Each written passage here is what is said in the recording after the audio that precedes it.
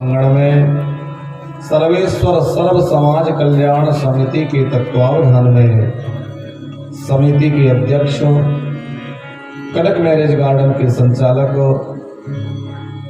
श्री कमलेश यादव जी के मुख्य यजमानत्व में एवं समिति के कोषाध्यक्ष श्री सुनील शर्मा जी सोनू भैया के सह यजमानत्व साप्ताहिक श्रीमद् भागवत ज्ञान यज्ञ का आयोजन हुआ।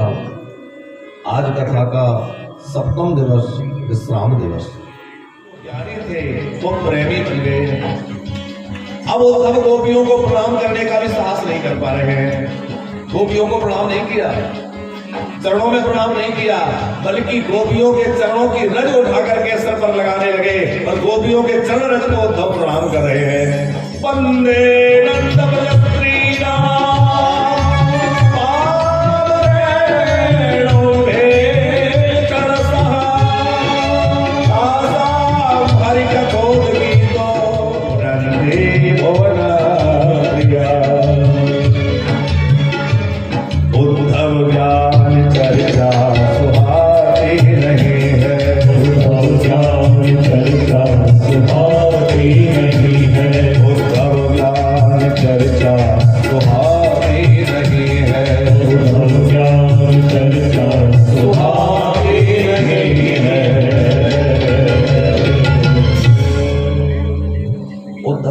प्रेम के रंग में रंग गए।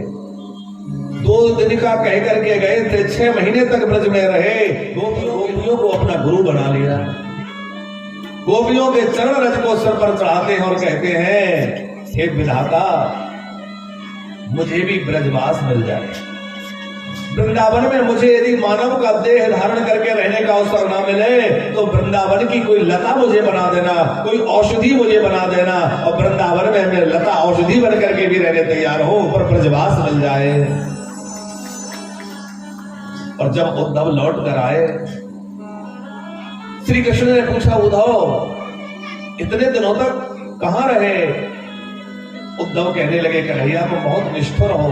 ऐसे प्रेमियों को, ऐसे गोपगणों को, ऐसी गोपियों को छोड़कर यहां क्यों चले आए? अब उद्धव को समझ में आया कि प्रेम तत्व क्या है। भगवान द्वारिका में जब विराजे थे, ऐसा हुआ कि भगवान ने ऐसा भी नहीं किया कि मेरे पेट में तकलीफ है, पेट में दर्द है। तो नारद जी को बुलाया, नारद जी पधारे। नारद जी ने कहा, इनका दर्द तब ठीक होगा जब इनका कोई प्रेमी भक्त इनको अपनी चरण रज देगा। इनका जो प्रेमी भक्त है वो अपने चरणों की रज इनको दे देगा तो इनके पेट की तकलीफ दूर हो जाएगी।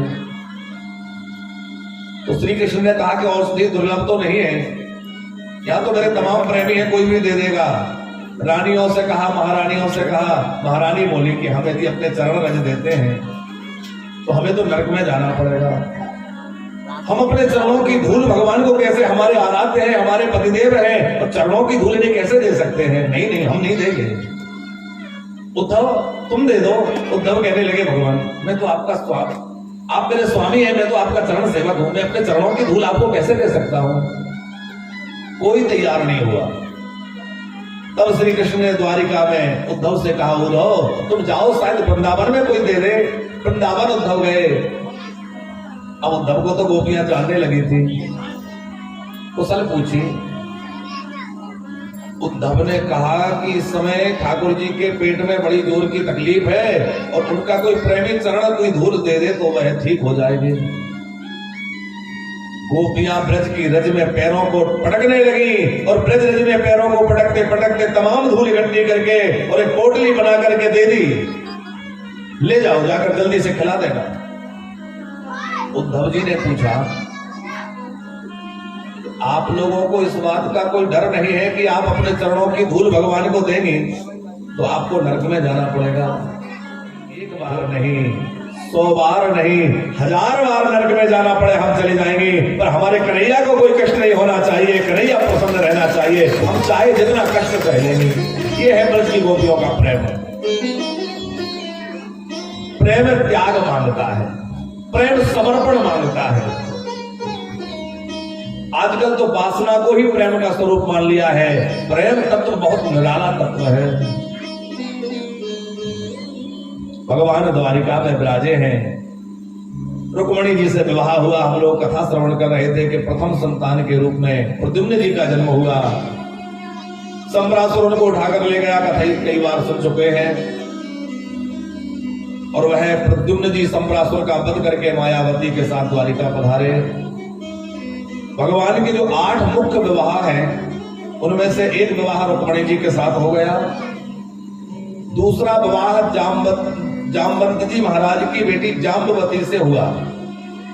श्यमंतक मणि के प्रकरण में भगवान के 2 विवाह हुए हैं, एक जामवंत जी की बेटी जाम्बवती से और एक सत्राजित महाराज की बेटी सत्यभामा जी से। एक बार भगवान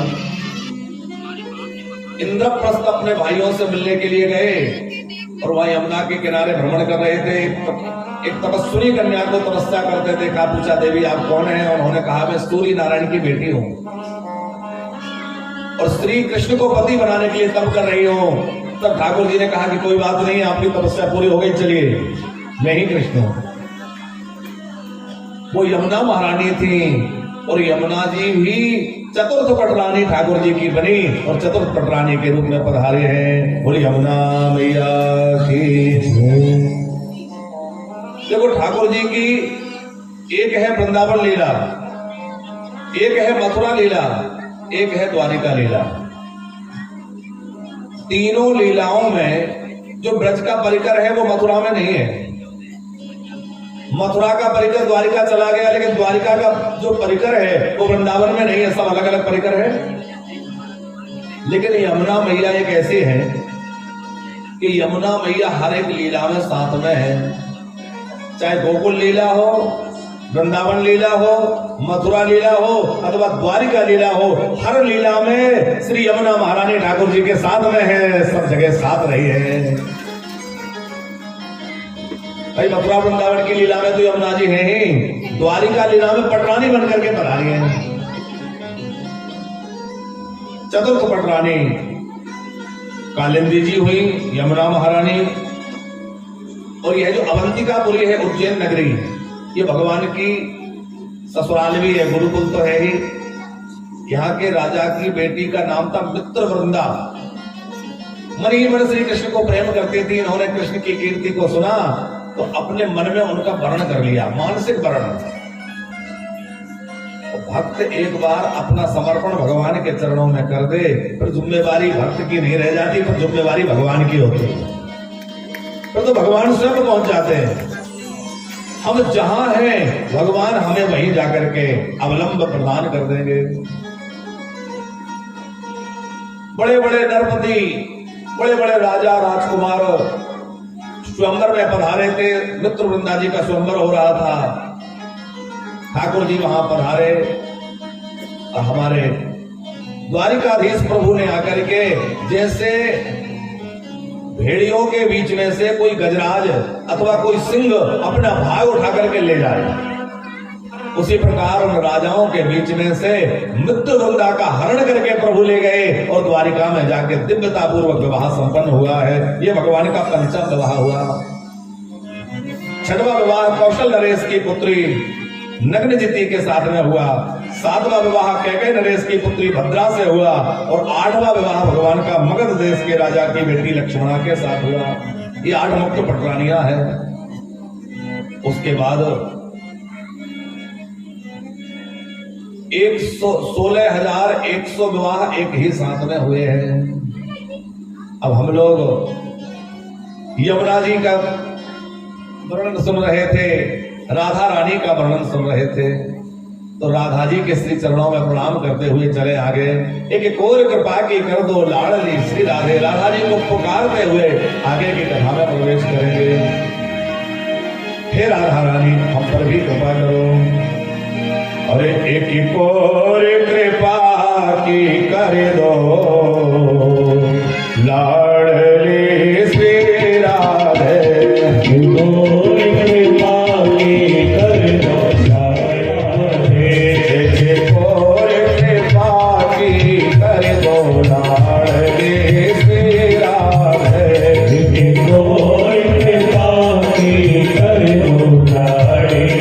श्री राधे।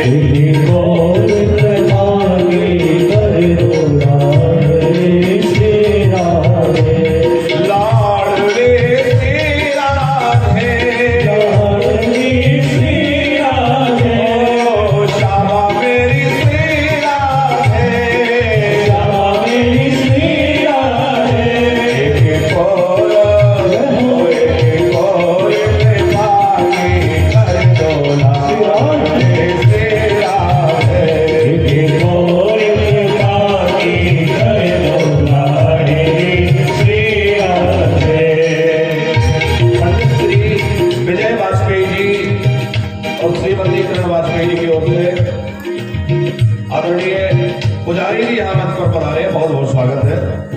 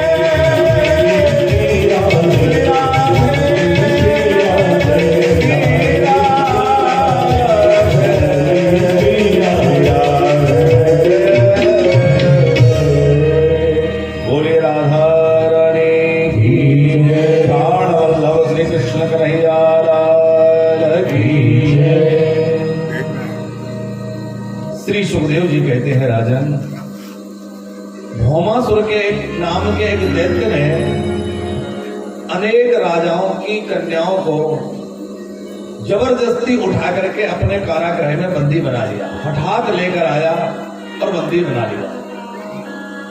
लेकिन वह समय था कि असुर भी किसी कन्या के इच्छा के विरुद्ध उसको स्पर्श नहीं करते थे। उठा तो लाया और उनकी पवित्रता भंग नहीं की, लाकर के कारागृह में बंद कर दिया। 16,100 राजकन्याएं बंदी गृह में बंद थी। उनकी पीड़ा तो थी ही, इधर देवराज इंद्र की भी पीड़ा की। इंद्र के शासन को, इंद्र के अधिकार को जो है भौमासुर ने छीन लिया। देवताओं के अधिकार छीन लिए। देवताओं ने द्वारिकाधीश भगवान की शरण ग्रहण की। इंद्र आए और इंद्र आकर के कहने लगे, हे भगवान, हमारे छत्र कुंडल आदि सब उस भौमासुर ने छीन लिए हैं और अब जो है हम वन वन भटक रहे हैं, यहाँ वहां भटक रहे हैं, आप हमारे ऊपर कृपा कीजिए। भगवान बोले, चिंता मत करो, मैं तुम्हारे खोए हुए ऐश्वर्य को तुम्हें पुनः प्रदान कर दूंगा। जो भगवान की शरण में आ जाते हैं उनका खोया हुआ ऐश्वर्य, खोया हुआ वैभव और खोई हुई संपत्ति सब पुनः प्राप्त हो जाती है। भगवान की शरण में आने से सब मिल जाता है। भगवान तनिक भी देर नहीं किए, अपनी प्रिय पत्नी सत्यभामा को साथ लिया, गढ़ पर विराजमान हुए और प्राक ज्योतिषपुर पधारे और वहां जाकर के भौमासुर नाम के उस दैत्य से युद्ध हुआ और भौमासुर से युद्ध करके उसका उद्धार कर दिया और 16,100 कन्याओं को बंधन से मुक्त करा दिया और कहा कि देवियों, अब आप अपने अपने घरों को जाएं, आप स्वतंत्र हैं। उन देवियों के सामने यह समस्या थी कि कहां चले जाएं, अब हमें कौन स्वीकार करेगा। इतने दिनों तक इस दुष्ट के कारागृह में रही है तो बड़ी उदास हो रही थी, अपने आप को अनाथ अनुभव कर रही थी कि अब तो हम अनाथ हो गई हैं। भगवान ने कहा, देखो कोई अनाथ नहीं है, सबके नाथ द्वारिका नाथ है, कोई अनाथ नहीं है। हमारे यहां मुख्य रूप से 3 नाथ हैं। कौन कौन से? एक द्वारिकानाथ, एक रघुनाथ और एक विश्वनाथ। ये तीनों ही तो नाथ हैं, हरिहर। तो जहां विश्वनाथ जी विराजमान है, द्वारिकानाथ विराजमान है, रघुनाथ विराजमान है और बाह खोल करके सबकी प्रतीक्षा कर रहे हैं, आ जाओ। अच्छा, कन्हैया के हाथों मंदिरों में कई बार पट बंद हो जाते हैं पर भोले बाबा तो प्राय पट खोल कर ही रखते हैं। आप महादेव जी के मंदिरों में जाइए, प्राय मंदिरों में पट खुले रहते हैं, जब मर्जी चले जाओ। क्यों खुले रहते हैं? भोले बाबा कहते हैं कि भैया तुझे जब समय हो चले आना, मैं हमेशा तेरे लिए बैठा हूं, जब तुझे आना हो आ जाना।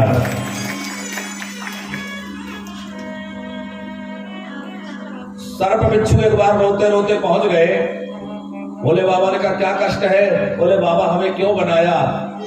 जो देखता है हमारा मुंह कुचल देता है, बड़ा रोष रखते हैं, ऐसा हमें क्यों बनाया?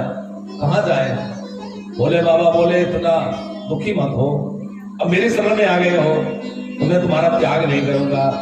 तो संसार जिन नागों को, बिच्छुओं को दोष मानता है, उनको प्रभु ने अपना आभूषण बना लिया और अपने आभूषण के रूप में नागों को धारण कर लिया, बिच्छुओं को धारण कर लिया। भुजगेंद्र हार आए तो दूषण को भी जो भूषण बना ले वो महादेव है। दूषण को भूषण में बदल दे। आग धतूरा कोई स्वीकार नहीं करता, किसी को अच्छा नहीं लगता। भोले बाबा ने कहा कि आग धतूरा किसी को अच्छा नहीं लगता तो मेरी पूजा में वही सबसे पहले चढ़ेगा, मुझे अच्छा लगेगा। और आग धतूरा स्वीकार करके भोले बाबा ने यह बतलाया, देखो आग धतूरा कोई बहुत अच्छी वस्तु नहीं है, फिर भी भोले बाबा को इतनी प्रिय है, उसका कारण क्या है? भोले बाबा बतलाना चाहते हैं कि मैं आग धतूरे जैसी वस्तु जिसको संसार कोई प्रेम नहीं करता, अच्छा नहीं समझता, उसको भी मैं हृदय से लगा के रखता हूं। तो तुम मेरी शरण में आ जाओगे, तुम्हारा त्याग नहीं होगा, तुम्हें भी हृदय से लगा लूंगा, तुम्हारा भी त्याग नहीं करूंगा। भोले बाबा ने अपने मस्तक पर टेढ़े चंद्रमा को धारण कर रखा है। चंद्रमा टेढ़ा है। शिव जी जो चंद्रमा धारण करते हैं वो द्वितीया का चंद्रमा है। वो द्वितीया का चंद्रमा एकदम छोटा सा होता है, टेढ़ा सा। चंद्रमा में एक दोष तो यह है कि वो घटने बढ़ने वाला है। दूसरा दोष यह है कि उसमें काला धब्बा भी है, काला निशान है ना। तो काला धब्बा मतलब दोष, वो घटने बढ़ने वाला है। घटई बढ़ई बिरहन दुखदाई। तो चंद्रमा में अवगुण तो बहुत है, पर भोले बाबा ने उसको कहां स्थान दिया है? सिर पर, सिरोधारी कर लिया। क्यों कर लिया? हम सबको यह संदेश देने के लिए कि भैया तुम टेढ़े हो तो टेढ़े बने रहो, टेढ़े हो, दोष युक्त हो, चाहे जितने विकार युक्त हो, पर मेरी शरण में आओगे तो मैं तुम्हें सिर पर बिठा लूंगा, मैं तुम्हें सिरोधारी कर लूंगा। ये समाचार दिया है, संदेश दिया है। किसी ने पूछा भोले बाबा टेढ़े से हर चंद्रमा से डरते हैं क्या? टेढ़ा चंद्रमा क्यों सिर पर बिठा लिया? भोले बाबा बोले इसलिए कि चंद्रमा का संबंध भगवान के नाम से है। कैसे? बोले राम चंद्र, कृष्ण चंद्र, तो भगवान के नाम के साथ चंद्र जुड़ा हुआ है। भोले बाबा कहते हैं जो भगवान के नाम से जुड़ जाता है वो चाहे टेढ़ा हो, दोष युक्त हो, जैसा भी हो, मैं उसको सिरोधारी कर लेता हूं, स्वीकार कर लेता हूं। उसके भैया भगवान के नाम से जुड़ जाएंगे, जो भगवान के नाम से जुड़ जाएंगे भोले बाबा उनको स्वीकार कर लेंगे। महादेव जी तो इतने दयालु देवता है, आप कुछ ना चढ़ा सके, केवल जल चढ़ा दीजिए। जलधारा सब प्रिया, अलंकार प्रिया विष्णु, जलधारा सब प्रिया, नमस्कार प्रिया भानु। सूर्य भगवान को प्रसन्न करना है तो नमस्कार करिए। हमारे यहाँ 12 नमस्कार सूर्य के कहे गए हैं। प्रातः उठ करके और ब्रह्म वेला में सूर्य भगवान को 12 नमस्कार करने चाहिए, शरीर भी स्वस्थ रहेगा। और सूर्य जो है ज्योतिष के अनुसार आत्मा के कारक ग्रह हैं, तो सूर्य को प्रणाम करने से, अर्घ्य प्रदान करने से, पूजा करने से आत्मबल पुष्ट होता है। इसलिए प्रत्येक व्यक्ति को, सबको सूर्य नमस्कार करना चाहिए। भले ही 12 नमस्कार ना भी हो पाए तो कम से कम सूर्य को प्रणाम तो सबको करना चाहिए। इसलिए भी करना चाहिए कि उनका ऋण हमारे ऊपर है। अरे भैया घर में बत्ती जलती है, हर महीने बिल आता है कि नहीं? और हम बिल चुकाते हैं, और 2-4 महीने बिल ना भरो तो लाइन कट हो जाएगी, बिजली काट दी जाएगी।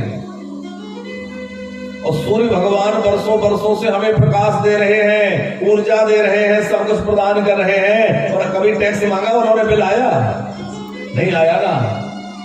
तो यही उनका बिल है भैया, कि उनको प्रणाम करते चले, उनको नमस्कार करते चले, उनको अर्घ्य प्रदान करते चले, यही तो टैक्स है। कई लोग पूछते हैं कि भगवान की पूजा क्यों करें, क्या आवश्यकता है? हम आपसे एक बात पूछते हैं कि आपको कोई एक गिलास पानी पिलाए तो आप क्या बोलते हैं? Thank you. किसी के घर गए, छोटा बच्चा ट्रे में रखकर पानी लाया, आप उसका पानी पीकर कहेंगे, पानी का गिलास हाथ में लेके कहेंगे बेटा थैंक यू, है?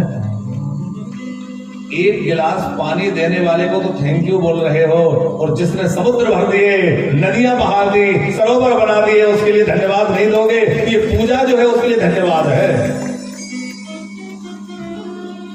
उसके लिए धन्यवाद तो क्या व्यक्त करें कि तूने हमें कितना दिया है, इतना बढ़िया मनुष्य शरीर दे दिया, इतना सुंदर स्वरूप दे दिया।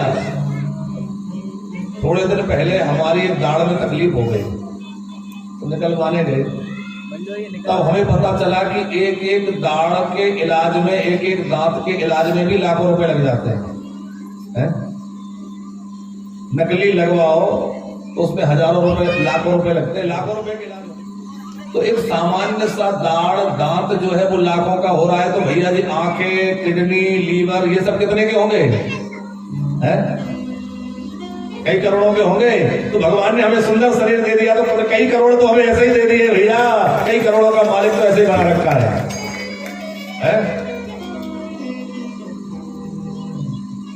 और फिर भी भगवान को हम कभी धन्यवाद ना देकर क्या कहते हैं, अरे भगवान क्या है जिंदगी, ये कोई जीवन है, ये नहीं दिया, वो नहीं दिया, ये नहीं किया। अरे भगवान को भैया शिकायत मत करो, बुलाना मत दो, देना है तो धन्यवाद ज्ञापित करो कि प्रभु तूने मुझे बहुत दिया है। मंदिर में जाओ तो ना तो शिकायत पत्र ना मांग पत्र, भगवान को धन्यवाद पत्र लेकर के जाओ कि तूने बहुत दिया है। अच्छा, सुख में हम जो है धन्यवाद नहीं देते, सुख में तो ये कहते हैं हमने कमाया है, ये हमारी मेहनत का फल है। अच्छा हो गया तो हमने किया और बुरा हो गया तो भगवान ने किया। अरे भैया, सुख में जिसने धन्यवाद नहीं दिया उसको दुख में उलाहना देने का कोई अधिकार नहीं है। तो सूर्य नारायण भगवान हम सबको इतना कुछ दे रहे हैं, तो प्रातः सूर्य नमस्कार अवश्य करना चाहिए और एक लोटा जल सूर्य भगवान को अर्घ्य प्रदान करना चाहिए। ऐसा शास्त्रों में वर्णन है कि बाल्यखिल्य नाम के ऋषिगण है, वो सवेरे सवेरे जब सूर्य उदित होते हैं तो उनको चारों ओर से घेर लेते हैं। तो हम लोग जो अर्घ्य प्रदान करते हैं उससे जो छींटे उचटते हैं ना, उन छींटों के द्वारा वो सूर्य नारायण की उनसे सबसे निवृत्ति होती है, वो सब दूर हटते हैं। तो जिन्होंने उनको घेर लिया है उनसे उनको मुक्ति मिलती है।